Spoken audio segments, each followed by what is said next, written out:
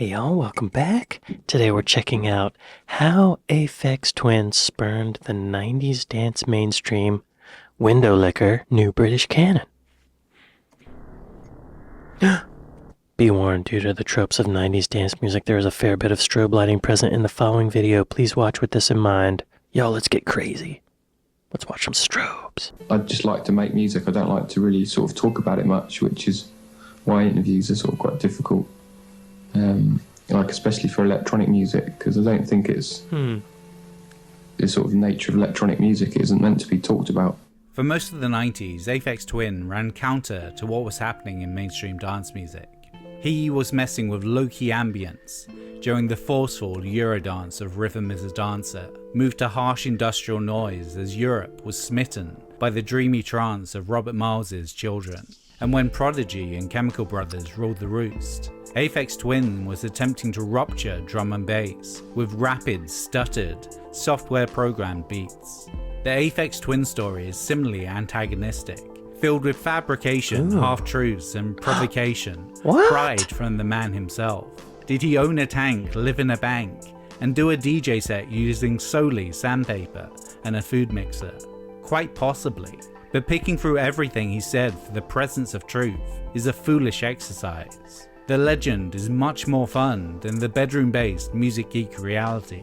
This is New British Canon, and this is the story of Window Licker. Window licker? Okay.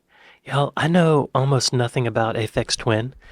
I remember there was a video that came out in the 90s, I think, called Come to Daddy, where everybody's wearing a mask that looks like him.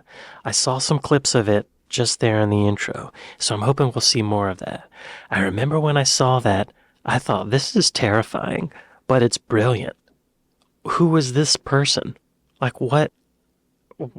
He's such a, like, normal-looking person in some ways, like a guy with a ponytail, you know? But at the same time, terrifying. It's a brilliant stroke of art.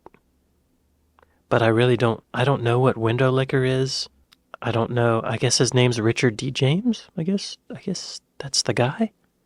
That's Aphex Twin, I guess. I don't know. We'll see. So this says Richard D. James, how Aphex Twin came to be. 1985 to 92, Spectrum ZX81, Didgeridoo, and the Aphex Twin. All right, let's check it out. That does sound Born in like Ireland, Richard David James grew up in Cornwall, at the isolated foot of England. From a young age, he would dabble with the family piano, soon growing bored with its limited sonic range, and so augmenting the strings with objects to distort its output. This technique, known as prepared piano, is most associated with avant-garde composer John Cage.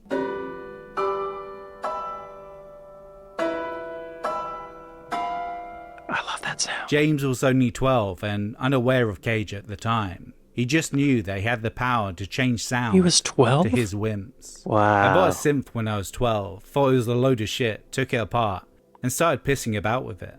I got really into making things with electronics.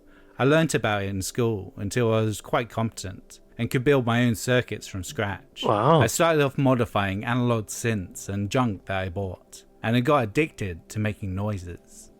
Y'all, I've tried that, and whenever I take a keyboard apart, it doesn't work anymore. This is a smart kid. Since he didn't start buying records until much later, his early influences were more hardware in nature. An early touchstone was the game loading sound for the early home computer, the Spectrum ZX81.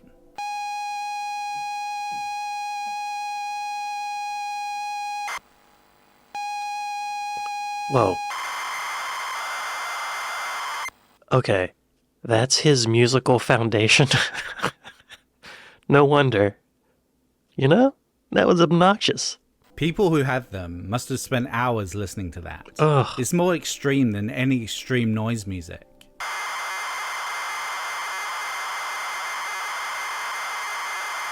Yeah. Okay. In time, you got to know the sound really well. Ooh, good bit coming up here. It was always the best, sonically, when it tried to load a picture. It would be...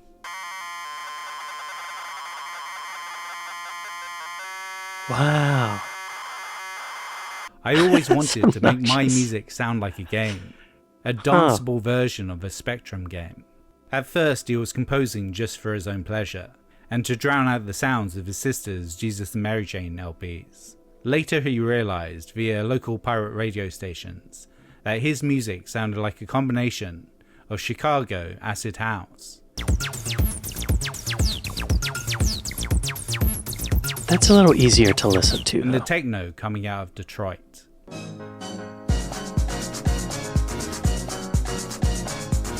Okay. But ultimately, strange his chords music there. sounded unlike anything else.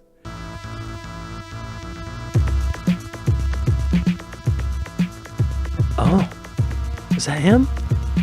Despite a Wow. lack of actual releases, by his late teens, James was well known in the local free party scene, building his beach party sets solely from tracks recorded to C90 cassettes. Early anthem, Didgeridoo, was inspired by the Stone Travelers that had a habit of playing the instrument at these parties.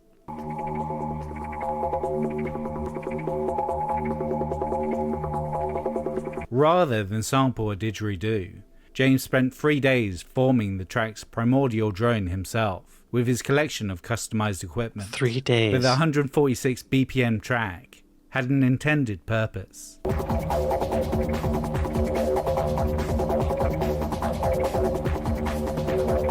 One of the clubs we That's used to do hypnotizing. had this problem in that we had to shut at 2 a.m. But the atmosphere was so mad that no one wanted to go.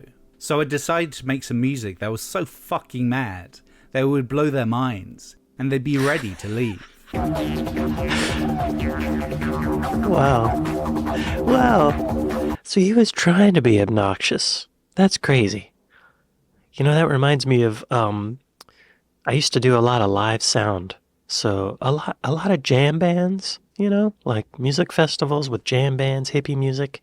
And someone once showed me that at the end of the show, a lot of the hippies don't want to leave. They want to stay. They want more hippie music because they're still, you know, they're still riding high, if you know what I mean. They don't want to leave. But what you do is you play some heavy metal music and the hippies scatter. That's what he's doing. He's trying to get the rave heads to scatter. But I bet what happened was they loved it. I bet that's what happened. Didgeridoo was one of those tracks. There's another 4 that I haven't released. They're too mad. Release them. James was more than happy to keep his music to himself and his friends. But rave promoter Mark Darby pursued James for 3 months, eventually signing him to his label Mighty Force, and released Analog Bubble Bath in September 1991. Oh, that's smooth. That sounds good. They made me sign the contract when I was off my face. I was tripping and they're waving this money and a pen at me. It's a bit cliched, but that's the way they got me to sign. That's not Analog good. Bubble Bath was That's released not under good. the Yo, you know he didn't read that whole contract. That's gonna come back to bite him. Don't sign a contract after you've been partying. JJLA School of Music. bit cliched, but that's the way they got me to sign. Analog Bubble Bath was released under the moniker the Aphex Twin. The name was inspired by audio brand Aphex Systems Limited, Yeah, with the they twin make added oral as a nod exciters. to his stillborn older brother. Aphex makes these oral exciters that they like add harmonics to a sound and make it sound shinier. I didn't know that's where it came from. Cool. Twin added as a nod to his stillborn older brother, after whom he was named. Oh. He had a stillborn older brother. His parents named the stillborn older brother Richard. And then they named him Richard. Oh. That's dark. That's macabre. I love it. The name was inspired by audio brand Aphex Systems Limited, with the twin added as a nod to his stillborn older brother, after whom he was named. I feel as if I nicked his identity. I reckon he looks after me, like a guardian angel. He might. In his early years, James would release music from various other sobriquets: AFX, Polygon Window, Caustic Window, Bradley Strider, and Power Pill.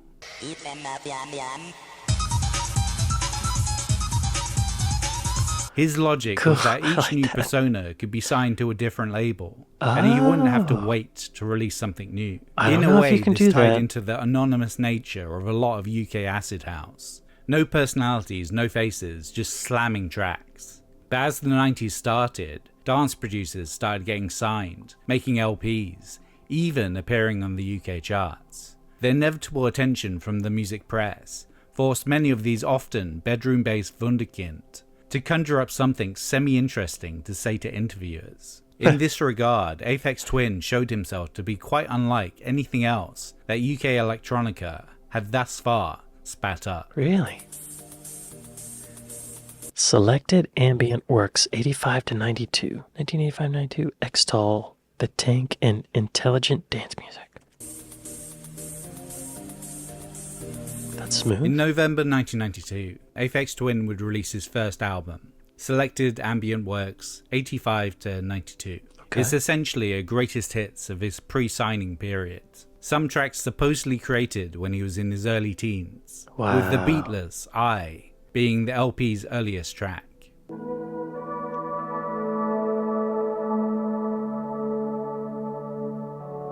But compared to the unobstructive and That's like something you would hear at a spa.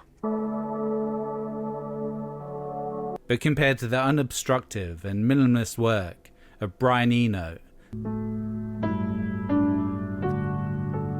It is similar. The Orb's Little Fluffy Clouds, And when it would rain, it would all turn. They were beautiful, the most beautiful skies, as a matter of fact. and the KLF's Chill Out. I've heard of the KLF. It didn't really conform as an ambient work, instead demanding attention, especially on tracks like the squelching Green Calx. Okay, that's getting more obnoxious. And the nightmarish throb of Head Phlegm. Oh. Although some tracks feature film quotes, such as We Are the Music Makers from Willy Wonka and the Chocolate Factory, We are the music makers, and we are the dreamers of dreams. We are the music makers, and we are the dreamers of dreams. How much did he pay for that? Did he pay for that? That seems expensive. and the Robocop quote from Green Calx.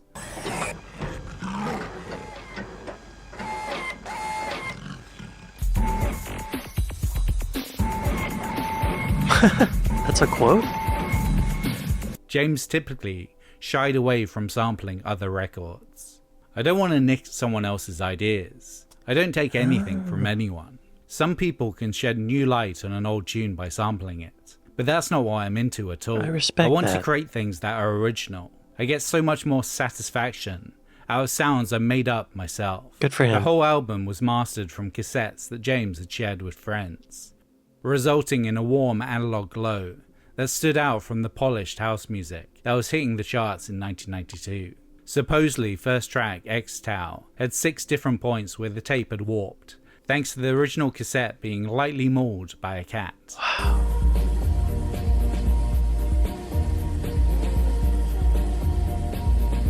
The album's lo-fi I didn't hear the warping, but it does sound smooth. It does sound like a cassette tape, doesn't it?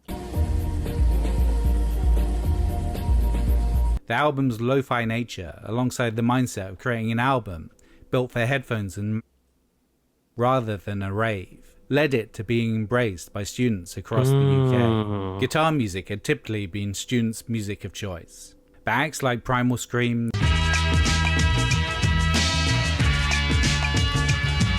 the Stone Roses,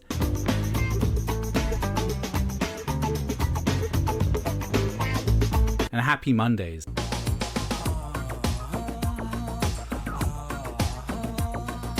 had bridged the gap. Aphex Twin was the perfect next step, and the indie press were more than happy to play along. Interviews framed Richard D. James as one of 3 archetypes: the bedroom prodigy, the fuck everything contrarian, or the media-savvy mythmaker. In reality, Aphex Twin encompassed the shifting quantity of all 3. He could simultaneously produce all his music with self-customized gear, call acclaimed avant-garde composer Steve Reich boring, and also own a tank. All could be true, but rarely would he talk about his music, because in essence, he didn't have much to say. When you do so many tracks as I do, like 4 a day or something, then after a few months it's hard to remember or distinguish what was going on when you made them. Sometimes you remember certain tracks for certain reasons, like you and fell through a window. Basically, I can usually remember where I was when I did the track, but that's about it. Internet music snobs, however, looking for a term to elevate Aphex Twin over the rest of acid house and techno, eventually settled on intelligent dance music, or IDM, and looped in other UK producers that were connected socially to James. Music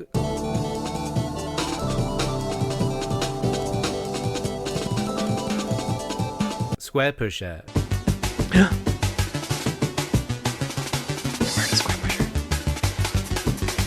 and Orteka.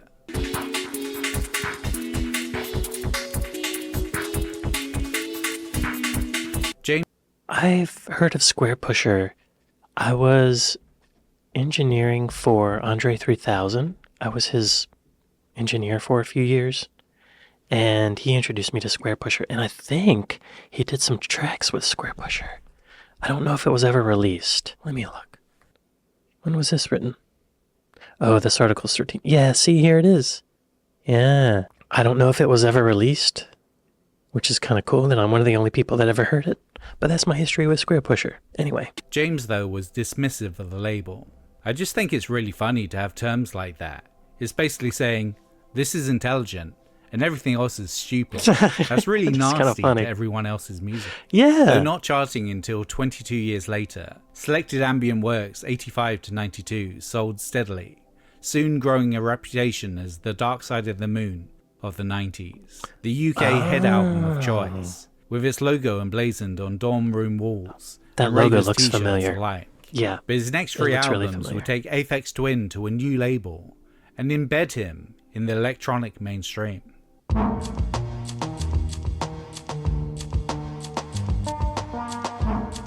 After Selected Ambient Works 85 to 92, the Twin would sign to Warp Records. The label's stronger presence in the music industry ensured that the conversely fluid, yet industrial, On would be Aphex Twin's first entry into the UK Top 40. Hopefully he signed that contract sober. Sounds like he did. Way to go, Richard. You're learning.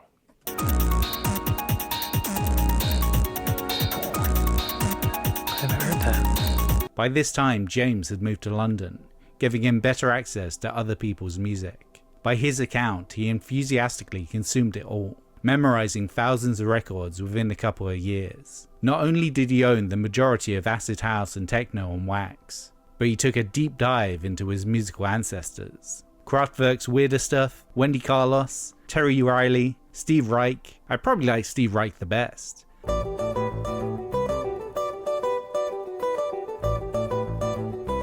But this is music I enjoy, not influences. I hate the idea of being influenced. The thought of putting bits of other people's music into my own makes me sick. As the 90s continued, dance music had shifted. Though techno, house and ambient still held sway, the peaks and valleys of European trance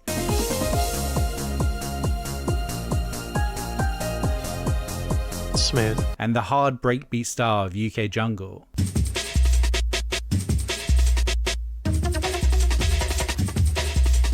was making itself known.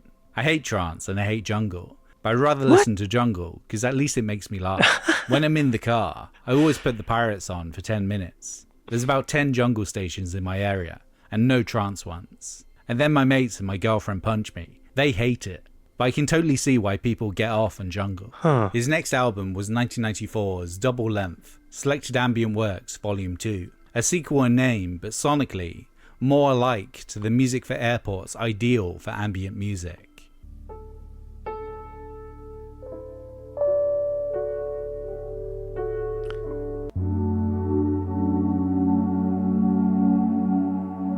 It's kind of similar. 2.5 hours of floating dreamscapes, unsullied by intrusive beats or harsh noise. Oh. That's a bold move, considering what he came Though from. it would hit number 11 on the UK album chart, critics didn't get on with this new release, possibly as a response to James's left field assertion that he dreamt the whole LP. This is going to sound really weird, but, well, I'm a lucid dreamer, you see. I can control my dreams. I make tracks in my dreams. Okay. Sometimes I'm in my own studio, and sometimes in an imaginary studio, and sometimes in my real studio, but with imaginary equipment. I reckon I get about 70% of my stuff that way now. 1995's I Care Because You Do would move away from the ambient sound, with moments of unease verging on noise terror on Ventolin. Okay, he's back to his roots. Yeah. Beats that blow right past jungle on Come On You Slags.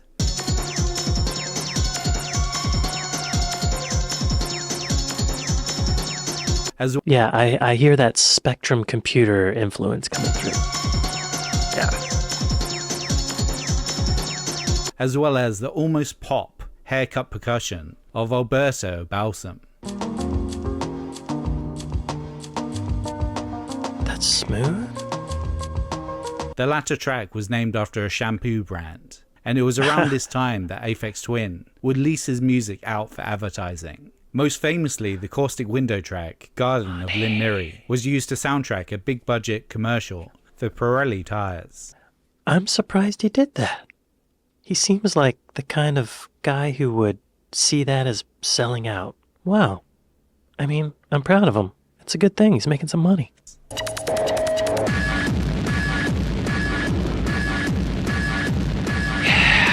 James had no moral quandaries about advertising. He was more than willing to lend a product some credibility and cool by proxy for the right price. Okay, He Mercedes? had submarines to buy, and they ain't cheap. The only time he said no was when an English private healthcare company wanted to use his music. As his family had historically worked for the state-funded NHS, he told them where to go. Extracurricular remixing was also now open to the upcoming producer, which he attacked with his characteristic chaotic manner. The title of his later compilation, 26 Mixes for Cash, clearly exhibited his motivation. It didn't matter the artist nor the amount of contempt James had for them, as long as he was paid. Oh, he remixed other people's stuff.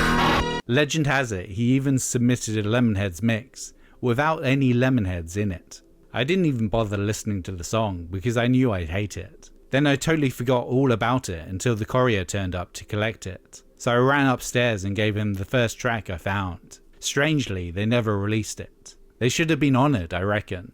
It would have sounded better than any rubbish song they wrote. Dang! Whereas previous albums had been pieced together with a widening array of synths, sequences, samplers, drum machines, and devices of his own invention. His third album in as many years, the Richard D. James album, was mostly composed on a Macintosh computer. Adapting to new technology and software, the album took longer than the rest, but unrestrained by the linear patterns of drum machine programming, James was free to take his newly glitched beats beyond what was previously thought possible.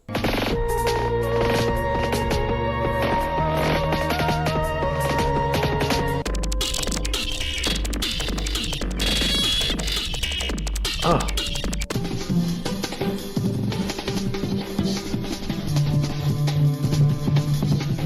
Okay. I respect this music, but I don't think I could listen to it for a long time. You know what I mean? Unless maybe if I was not, maybe if I was in a different frame of mind. But not the one I'm in right now. Sometimes I just hit the keyboard in a way I'd like the rhythm of the track to sound. Then I'll spend 4 hours moving all the notes where I want them to go. Essentially a self-titled album, it was also named in tribute to his stillborn older brother. Preceding its release, the cover of the Girl Boy Song EP would morbidly depict what was allegedly his brother's final resting place, situated in an unknown location in Canada. My mom was so upset about it when he died that she kept his name on, but forgot about him, thinking, the next boy I have, that'll be him. So I sort of took his place as if he didn't exist. When you make a record, you've got to put something decent on the sleeve, and I think this is a decent thing to put on the sleeve. Girl Boy Song came about as a challenge from Tom Jenkinson, aka Square Pusher, to see if James was able to make something chart-worthy. My mate was going, "It's alright for all you boys making this jungle, but you can't make a decent pop tune." I go, "Of course I can." Ooh. They challenged him.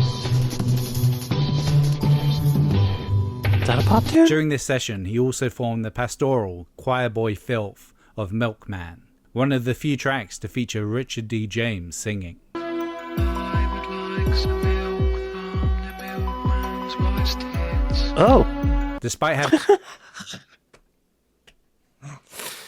Well, great lyrics. He has a, very soft voice. Very linear. Like a cloud.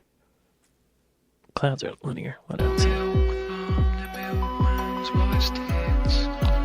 Despite having no prior knowledge of the instruments, the violins and cellos on the track were played by James himself, though only enough to get a few competent notes, after which he could sample, cut, skew, and pitch shift them to fully orchestrate the track. Very smart.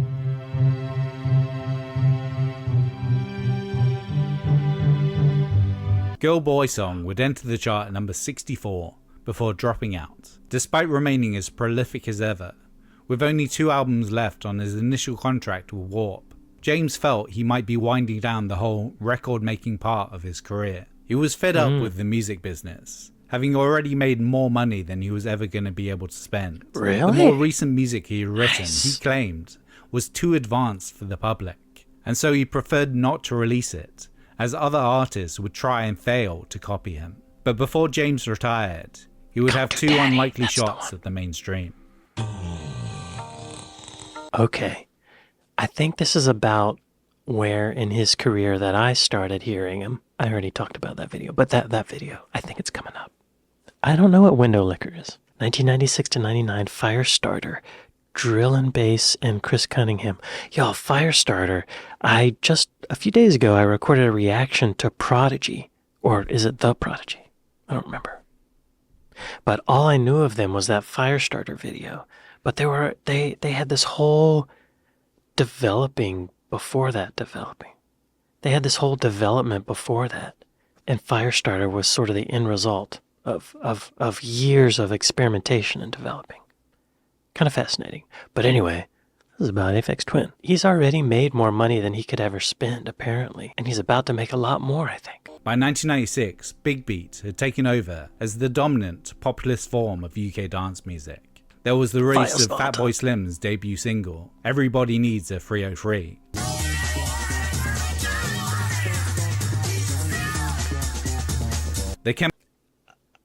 I don't really know Fatboy Slim's catalog very well at all, but that sounds very much like him. I've never heard that song before, but that sounds like him.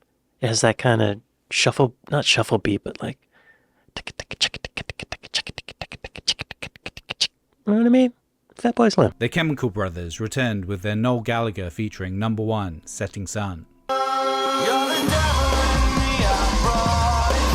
That's Noel Gallagher? And Prodigy sent kids scurrying behind their sofas after Top of the Pops aired the video for their number 1, scary. Firestarter. I think his name's Keith.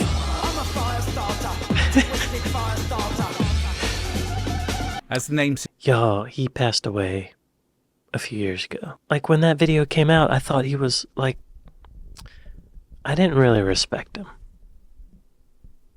But now I do. I didn't know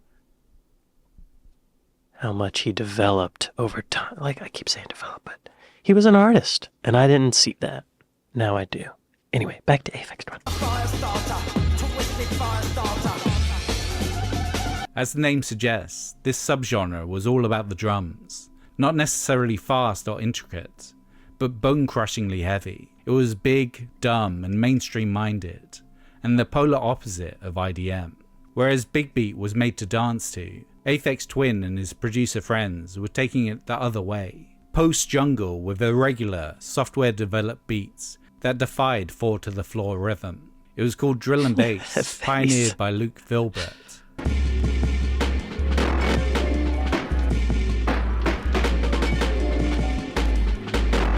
Unlike most things with this crowd, a piss take, though James had dipped his toes on the Hangable Autobulb EP.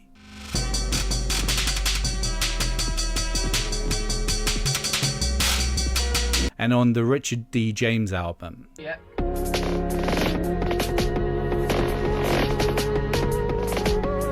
Yo, this kind of stuff, like, it's impressive, but it makes me anxious, you know? He would take this style to the charts with his 1997 single, Come to Daddy. There it is.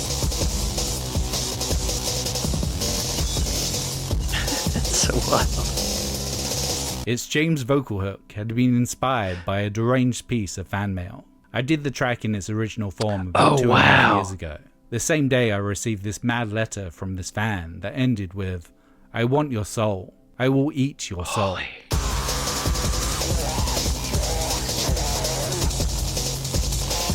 I couldn't make head or tail of it at all, Whoa. but I thought it sounded pretty good.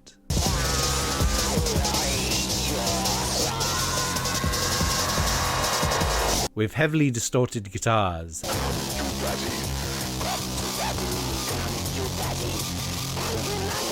and an absolutely Terrifying. unhinged, almost blast beat drum track.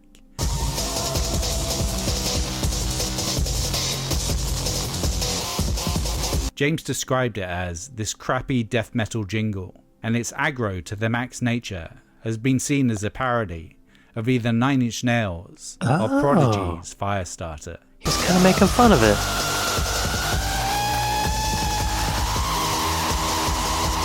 Come to Daddy became iconic because of its Chris Cunningham directed video. Yeah, the a video. nightmarish H.R. Geiger trip Oh, that through thing, a I forgot about council that estate, thing. haunted by kids with familiar visages. So James, weird. though, didn't like how the video somewhat overshadowed his music. It was just so detailed, almost to the It did beat, overshadow in the way it pictorially represented the music.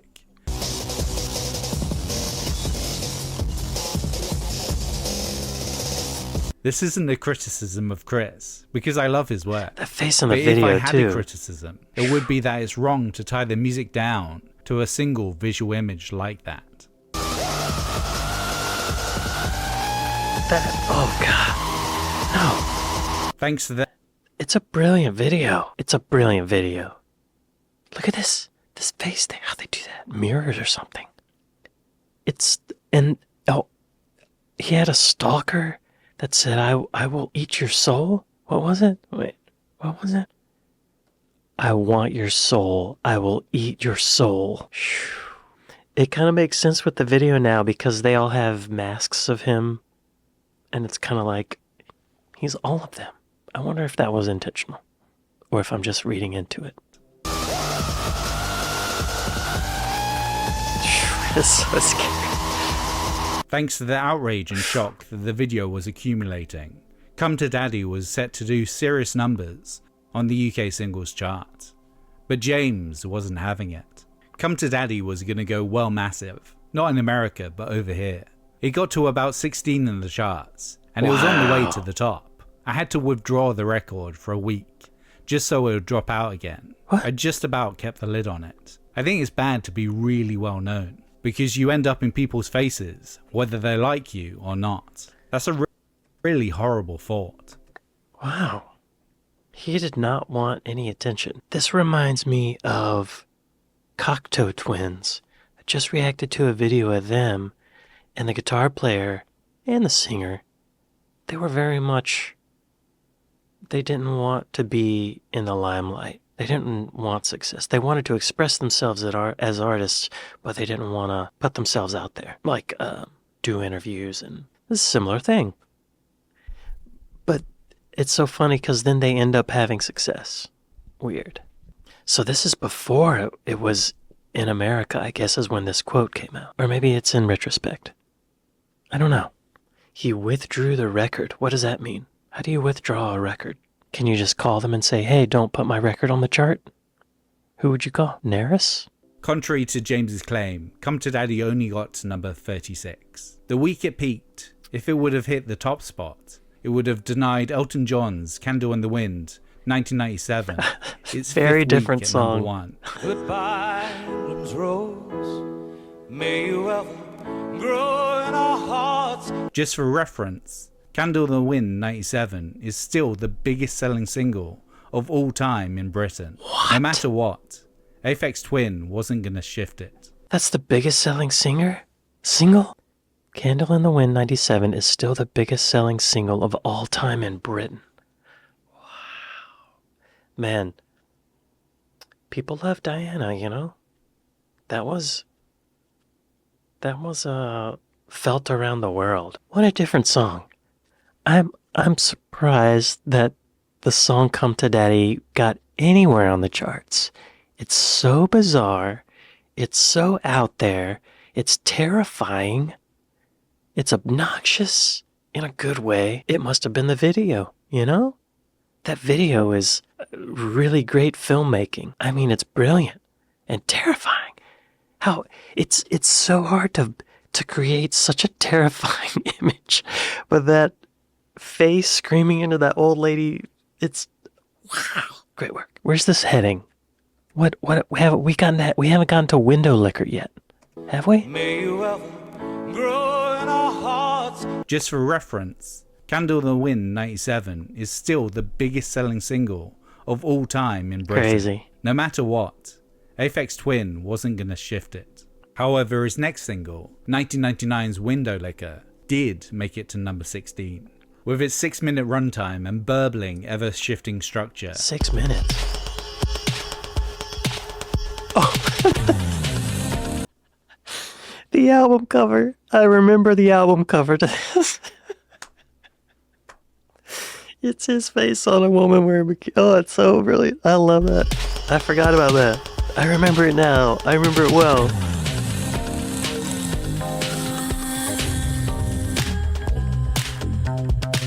Oh.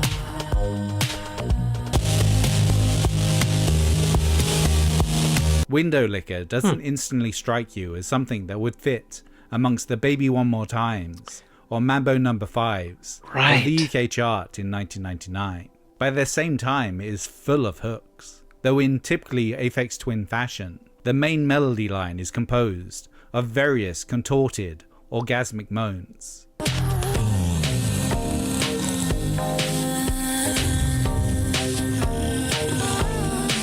But before that hook kicks in is a 30-second IDM breakbeat breakdown, a bravado piece of software beat programming.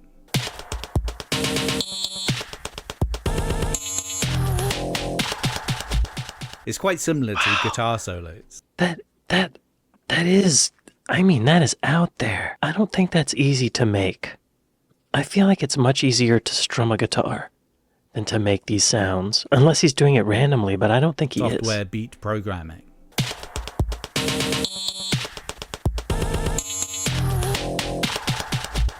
It's quite similar to guitar solos, only with programming you have to use your brain. Right. The most important thing is that it should have some emotional effect on me, rather than just, oh, that's really clever. There's a lot of melancholy in my tracks. The chorus, as it is, seems to be an obscured approximation of the title.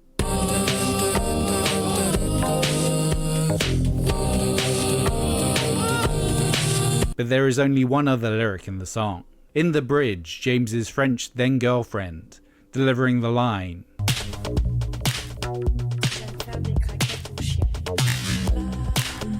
but what does this mean? Aphex Twin strikes again. It translates to, I like to make dog food. I was gonna It's say, gibberish, yeah. with its slinky synth bass and theming. Not to mention the track's video. Many saw Window Liquor as James's deconstruction of modern R&B. However, the song was written originally around the release of the Richard D. James album in 1996, and his inspiration most of the time He wrote it a was while ago. himself. I could just lock myself away for days and get inspired by myself. That's my favourite way to do it. It's more like a pure form of motivation when it's all on your own. But you have to wait until you're really bored and you've got nothing to do. That's when it comes out. That's when I reckon it gets good. The same. I feel like that doesn't happen much anymore, because as soon as we get bored, we pick up our phone, right? This video is sponsored by Apple and Google. The same way his debut was a collection of his best work so far. Window Liquor is a guided tour of the last decade of Aphex Twin. The breakbeat meltdowns of the Richard D. James album.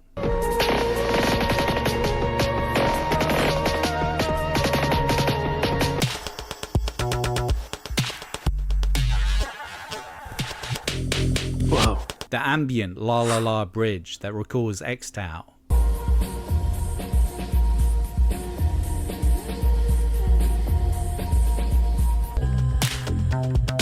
Y'all, this is hypnotizing me.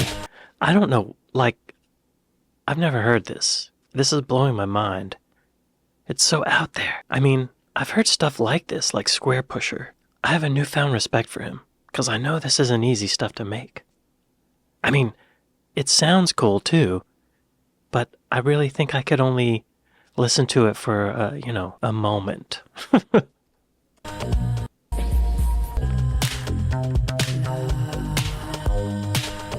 I mean, this is more digestible. The moments of pop euphoria. Now. Yeah, some of the songs are really hypnotizing and like pull me in, and then others are really kind of disjointed and are kind of tough to listen to, you know? The moments of pop euphoria present on Alberto Balsam. That album cover is terrible.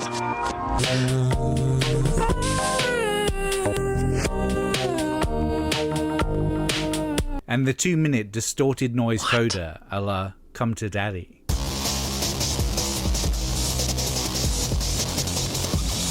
Yeah?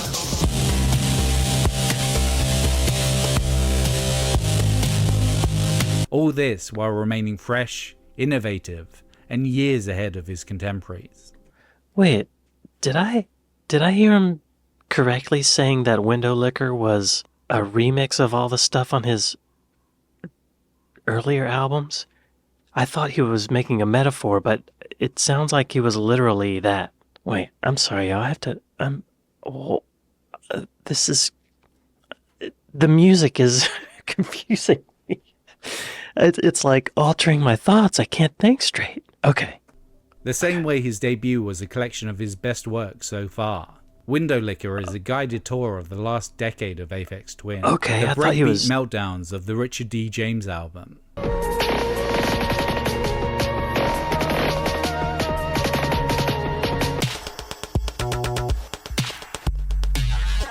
Okay. I mean, that's kind of The similar, ambient right? la la la bridge that recalls X-Tau. This is the earlier album. Okay. The moments of pop euphoria present on Alberto Balsam. So some of these are not direct remixes, but I think the last couple might be, right? They're very The similar. moments of pop euphoria present on Alberto Balsam.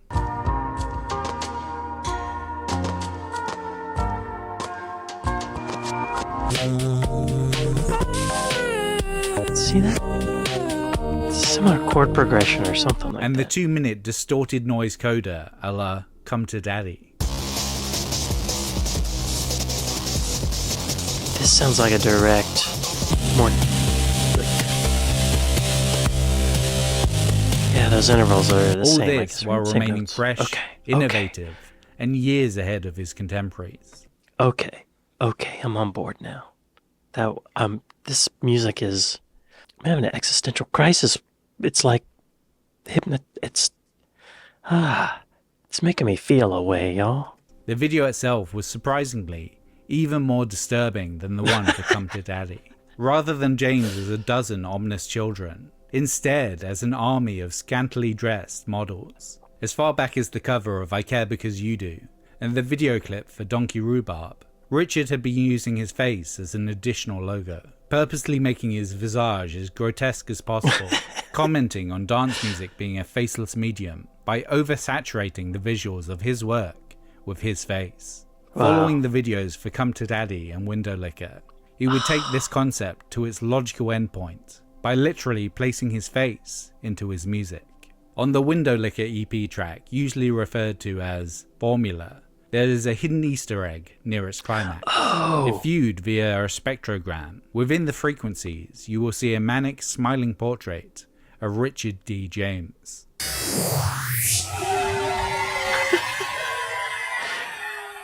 That's amazing, y'all. This is a very this spectrogram thing is a very common tool that you use in audio just to see, like, mostly for restoration where you can see exactly where a little blip or a glitch is, and then you can go in and like notch it out or erase it. So if you play this song through a spectrogram, you see his face. Whew, that's crazy. That's amazing. Brilliant. Terrifying. Now that his face was literally everywhere, it was time for him to take some time away from the spotlight. The last impact of Aphex Twin, 1999, Madonna, Drux, and Minecraft. He worked with Madonna? Released in March 1999, Window Licker remains the best-selling song released on Warp Records. I don't remember As it always, at all. the mainstream sound of dance music had shifted. Big Beat had given way to French house. Daft Punk had made their name with Around the World. Daft Punk. That was a huge song. While Monsieur Oiseau's Flatbeat topped the UK charts. I love the video. I haven't But heard being that. the hottest thing in experimental electronica, Madonna sought out James for a collaboration. Oh, is that as she had previously done Oh. for Björk and William Orbit, and later with the Neptunes, Timbaland, Diplo, and Sophie. A collaboration he denied her. I'm not interested in doing it just to make millions, like a lot of other people. If I did it, that's all interviewers would have talked about for the rest of my career. Her whole career's been like, oh, they're the trendy person of the moment. I'll work with them to make me younger. They're using you. After Oh, damn. Richard, he's not afraid to say it like it is. Or say it like he sees it. She has been doing that. Wow. I respect him for that. He didn't need the money. He's fine. It would have been strange if he did work with her, wouldn't it? That would be strange. I'll work with them to make me younger. They're using you. That reminds me of Sweet Dreams Are Made of These by Eurythmics. You know what I mean? Watch that video. After earning his biggest pop hit, the plan seemed to be for Aphex Twin to stop making records for a while. That was until Take a Fate Forced vacation. His Hand and Drugs was released in October 2001. Oh. October 2001. Basically, I had 180 unreleased tracks on an MP3 player, which I left on a plane. That's why I released this album, because all of those were on it. Someone And got I thought, they're gonna fucking come on the internet sooner or later, so I might as well get an album out of it first. Wow. Though he will release bits and pieces. He left his MP3 player on a plane. Dang, I never thought about that being a worry for an artist. It's funny. Later, so I might as well get an album out of it first. Good Though he point. will release bits and pieces via his alter egos. Fans waited 13 years for him to release another album as Aphex Twin. 2014's Cyro.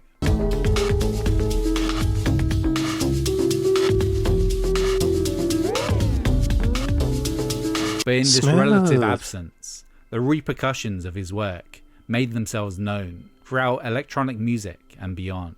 Sure, there's the various cerebral takes on electronica of the Warp family. The likes of Ortega, Square Pusher, Music, Plug, Boards of Canada, and Flying Lotus. Not to mention Def Grips, 1-0 Tricks, Point Never, and the weirdest stuff from Grimes. But dubstep as a genre has its grubby fingerprints all over. Both the underground UK variety and the Skrillex-driven US brostep mutation. A.G. Cook of PC Music's attempt to cover Window Licker. It does sound similar, I guess. Suggests that Twin's excessively active chops and changes influenced hyperpop. But even the more avant-garde producers of turn-of-the-century chart pop were cribbing from James through a bubblegum filter. See for example the stuttering, glitchy pop from NSYNC.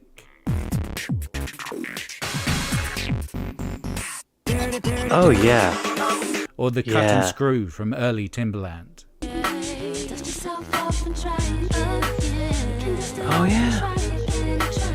I hear And it. even the acclaimed album Kid A, Radiohead themselves would admit is them attempting to be Aphex Twin. Oh, my God.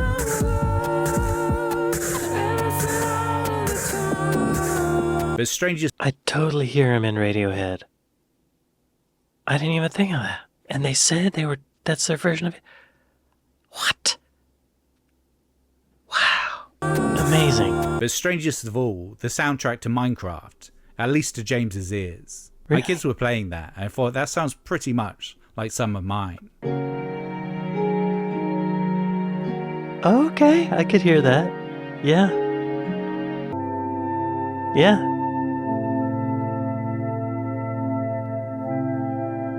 Wow. And then this guy Notch, who made that game, bought one of my records on eBay for $40,000. My kids loved it. They told all their friends in school. That was Wait, my kids were playing that, and I thought that sounds pretty much like some of mine. And then this guy Notch, who made that game, bought one of my records on eBay for 40 grand. So you know he was influenced by Aphex Twin. My kids loved it. They told all their friends in school. That was pretty cool. He has kids. That's so great. I'm glad for him. pretty cool. As time has progressed, the myths about Aphex Twin have calcified into fact. Though he himself is aware of the ripples of what he said 3 decades ago, he doesn't think about it too much. Focusing on your own self-aggrandizement is never healthy. But it all comes down to the form of electronic music. When interviewed by the rock press, James needed to give music without lyrics, without stories, and narrative. As the old idiom goes, writing about music is like dancing about architecture.